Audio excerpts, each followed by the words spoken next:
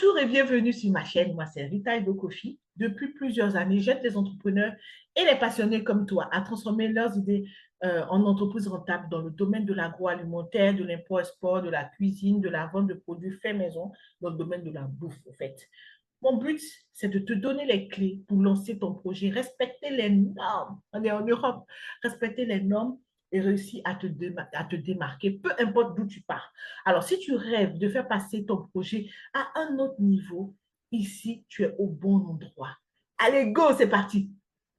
Donc, aujourd'hui, on va parler d'un sujet crucial. Tout ce que tu dois savoir sur l'autorisation de mise sur le marché pour tes produits alimentaires. Mais avant de commencer, pardon, abonne-toi et puis dépose un like. Même si tu ne sais pas si la vidéo va te plaire, c'est pour me soutenir. Parce que là, si je ne vois pas de retour aussi, moi, comme je vous dis, je ne suis pas youtubeuse. Donc, si je ne vois pas de retour, c'est un peu compliqué. Je préfère vaquer à mes occupations que de venir bavarder un truc où tu ne sais pas si ça plaît aux gens, si ça les aide pas. C'est un peu compliqué. Voilà, je n'ai pas envie de perdre mon temps ni de perdre votre temps. Donc, soutiens-moi comme ça. Voilà, je vais toujours revenir et développer aussi les sujets que tu veux que je développe, les sujets où tu es coincé. N'hésite pas à me laisser des messages en commentaire. Si jamais je n'ai pas réussi à débloquer les commentaires, parce que c'est facile de... Je sais qu'il y a longtemps que j'avais bloqué les commentaires. Non, pas que j'ai bloqué les commentaires. On peut me laisser des commentaires, mais c'est moi seul qui vois. Tu vois? Donc, il faut que j'aille retrouver où est-ce qu'on remet ça en place pour pouvoir, pour que ça s'affiche. Mais sinon, je reçois les commentaires. Si tu as un sujet que tu veux que j'aborde, vas-y. On est des passionnés de bouffe, on est des passionnés de business autour de la nourriture. Franchement, faisons-nous plaisir, éclatons-nous ensemble.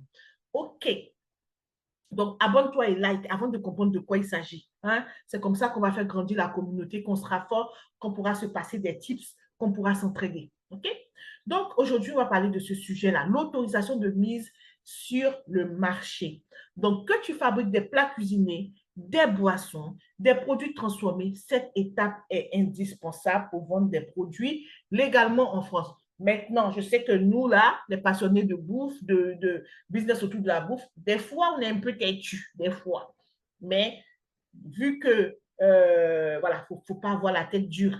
Hein? Même quand quel que soit comment tu as commencé, l'idée, c'est de se mettre en règle au fur et à mesure et tout. Voilà, donc je ne peux pas t'encourager à être dans l'illégalité. Donc là, on va parler de tout ce qu'il faut pour que tu sois dans la légalité, tout ce qui est indispensable.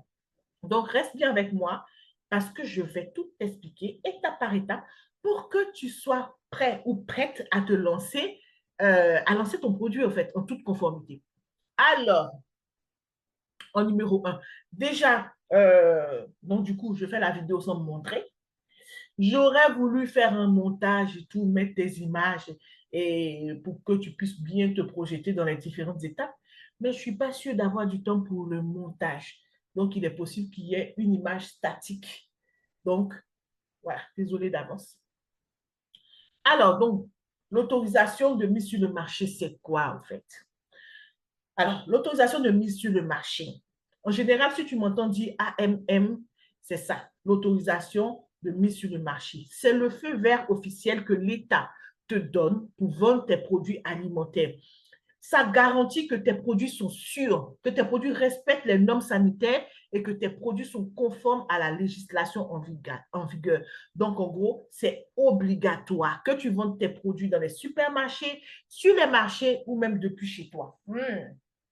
Tu vois, là, c'est un travail supplémentaire qu'on te met devant dans ton agenda. Donc, l'autorisation de mise sur le marché. Donc, ça concerne tous les produits alimentaires. Mais certains types comme les produits à base de viande, les conserves, les plats transformés doivent suivre des règles encore plus strictes. Le lait, on n'en parle même pas. Voilà. Donc, tu vois que ça concerne tout le monde. En vérité, ça concerne tout le monde. Mais comme il y a un manque d'informations, souvent on se dit, bon, allez, je fais des gâteaux ou je fais telle chose, allez, je me lève, je vends à des collègues, je vends à... Voilà. Bon, moi, je me dis, tant que c'est dans un environnement très proche, au point où si des gens sont malades, ils peuvent vraiment dire que, voilà, j'ai acheté telle chose chez telle personne. Voilà. Donc, encore ça va, mais c'est la loi qui parle. Hein, donc, par rapport à si tu veux être légal vraiment, il faut que tu te penches sur ce sujet-là de l'autorisation de mise sur le marché. Okay? Voilà. Donc, si tu veux vendre tes produits loin, je dis géographiquement et tout, alors là, c'est encore pire. Il faut vraiment que tu le fasses. Bon, donc, qui doit obtenir cette autorisation-là, AMM? Si tu es producteur de plats cuisinés faits maison, si tu es artisan, tu vends des produits transformés comme les confitures, les sauces, les pâtisseries, si tu es une entreprise agroalimentaire qui fabrique en gros et qui revend aussi en gros et qui a des intermédiaires, ou même si tu es distributeur, tu sais que même en tant que distributeur, tu dois le faire. Alors là, ça, c'est l'information quand j'ai su ça. C'est-à-dire que quand tu fais, par exemple, de l'import-export, des produits qui sont déjà produits dans une usine alimentaire, je ne sais où, et que tu veux envoyer en France, par exemple, tu dois quand même demander l'autorisation de mise sur le marché, même si, par exemple, pour un produit que tu prends à Abidjan, imaginons du chocolat, je ne sais pas quoi, euh, que tu prends à Abidjan, si tu veux venir vendre, surtout dans les supermarchés ici, tu vas devoir à ton tour, même si le produit bénéficiait déjà d'une autorisation de mise sur le marché là-bas, toi en tant qu'exportateur, là je m'adresse aux exportateurs, il ne faut pas se dire que le producteur de base a fait dans son pays, hein, surtout quand ça change de continent. En ce qui concerne dans l'Europe, c'est pareil, je pense. C'est pareil. Oui, c'est pareil, c'est pareil, c'est pareil. Tu vas devoir faire aussi ton autorisation de mise sur le marché. Voilà. Donc, tous ces gens-là sont concernés. Donc, tu es concerné par l'autorisation de mise sur le marché. Donc, il y a des règles selon ton activité. Par exemple, si tu travailles des produits d'origine animale comme la viande, le poisson, tu dois demander un agrément sanitaire auprès de qui? Toujours les mêmes, DDCSPP. Alors, pour retenir, dis-toi DD, donc deux fois D. CS au milieu, PP, donc DDCSPP. OK? Donc, c'est la direction départementale de la cohésion sociale et de la protection des populations. Ce que tu dois retenir, c'est que c'est un département de la douane qui s'occupe de la protection des populations, tu vois. Dis-toi comme ça, ça va bien rentrer dans ta tête. OK. Pour les autres produits un peu plus simples, donc là, c'est une simple déclaration auprès de l'autorité qui va suffire. Mais attention, ça ne veut pas dire que les règles d'hygiène sont moins strictes. Donc, ça veut dire que si tu fais autre chose que la transformation de poissons, de viande, j'oublie souvent aussi, on oublie souvent aussi, mais le lait aussi, hein. Tu vas devoir faire une simple déclaration. La déclaration dont je parlais tout à l'heure, désolé, parce que je ne sais plus quand je vais faire sortir cette vidéo. C'est une déclaration que tu vas devoir faire et c'est une déclaration qui doit se faire avec un certain formalisme. Voilà, c'est pas du genre tu fais une lettre et tout, il y a des documents spécialement pour ça. OK. En troisième étape, tu vas devoir obtenir ton AMM. On a dit quoi? AMM, c'est quoi? Alors, je vois si tu retiens. Autorisation de mise sur le marché. Bravo. Donc, passons maintenant aux étapes clés pour obtenir l'AMM là. Voilà. Déjà, étape 1, tu vas devoir respecter les normes d'hygiène et de sécurité alimentaire, ce qui veut dire que tu vas te former en tout ce qui concerne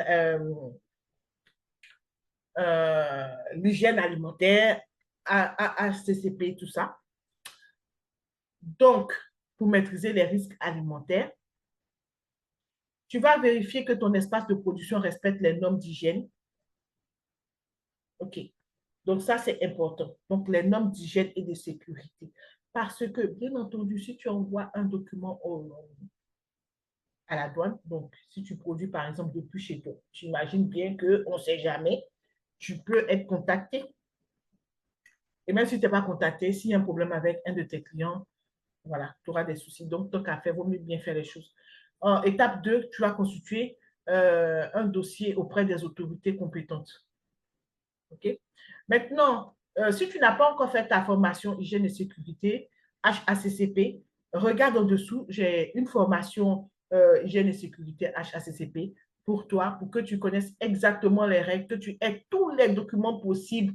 Ça va avec une mallette aussi de documents, que tu aies tous les documents possibles en cas de contrôle. J'ai aussi une formation pour le fait de mettre ta cuisine aux normes, c'est-à-dire ta cuisine personnelle, la mettre vraiment aux normes professionnelles en griffe, c'est-à-dire de respecter tout ce qu'il faut dans ta cuisine perso, de sorte à ce que ce soit impeccable pour tes productions, pour la cuisine que tu fais pour tes clients, quel que soit ce que tu vends, ce que tu produis. OK. Donc, la deuxième étape, c'est de constituer ton dossier auprès des autorités compétentes. Hein. Pour cela, tu auras besoin euh, de marquer si tu manipules des produits d'origine animale ou sensible, des produits dont on a parlé, viande, poisson, puis je t'ai dit aussi le lait, on oublie souvent. Tu as préparé un dossier qui reprend tes recettes, le processus de production, les équipements que tu utilises. Mhm. Bien sûr, il ne s'agit pas d'acheter des équipements comme ça. Après, il faut montrer que tu sais les entretenir, tu sais les laver, tu sais les entretenir, que c'est dans des matériaux qui sont compatibles avec la santé humaine. Hein? OK? Tu vas aussi montrer les contrôles qualité que tu as mis en place parce qu'il faut absolument que tu mettes toi-même. Mais normalement, quand tu fais la formation HACCP, la formation hygiène alimentaire, voilà, tu connais tout ça. Ce n'est pas des choses que je peux te redire, que je peux te lister dans des vidéos YouTube. Ça va être long. J'imagine que la formation hygiène alimentaire, pour être validée, c'est quelque chose qui fait au moins 14 heures. Voilà. Donc, c'est une formation vraiment à prendre au sérieux. Si tu es intéressé, tu me contactes et puis on voit comment faire ça ensemble. Et pour tout dossier que vous avez besoin de faire, je peux vous accompagner. OK. Donc, la troisième étape, c'est de répondre aux inspections. Donc, une fois que ton dossier est soumis, tu seras inspecté, surtout pour ceux qui ont un local commercial, un local de production. Tu seras inspecté.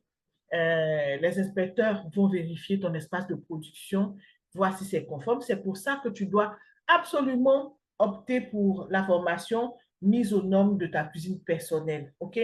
Pour les particuliers, c'est arrivé que des personnes envoient le document à la douane pour dire, bon voilà, moi maintenant, depuis X temps, depuis par exemple, je ne sais pas moi, telle date, je fais des jus maison chez moi et avec tous les détails qu'on demande dedans. Ils vont rien venir, voilà, ils vont pas te contacter, rien ne va se passer. Et il y a des personnes pour qui ils viennent contrôler.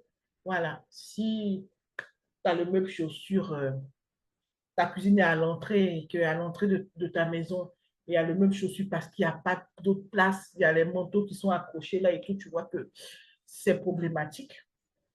C'est pour ça que tu dois absolument t'enquérir des normes et des règles parce qu'il s'agit de la nourriture. Donc, pour nous, les food entrepreneurs, nous sommes au cœur même de la santé hein, de nos concitoyens. OK.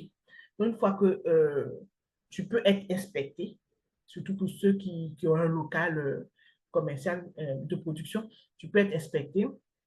Ils vont s'assurer que tu respectes les règles d'étiquetage, ne rigole pas avec tes étiquettes, les règles de conservation et les règles de traçabilité. Très important.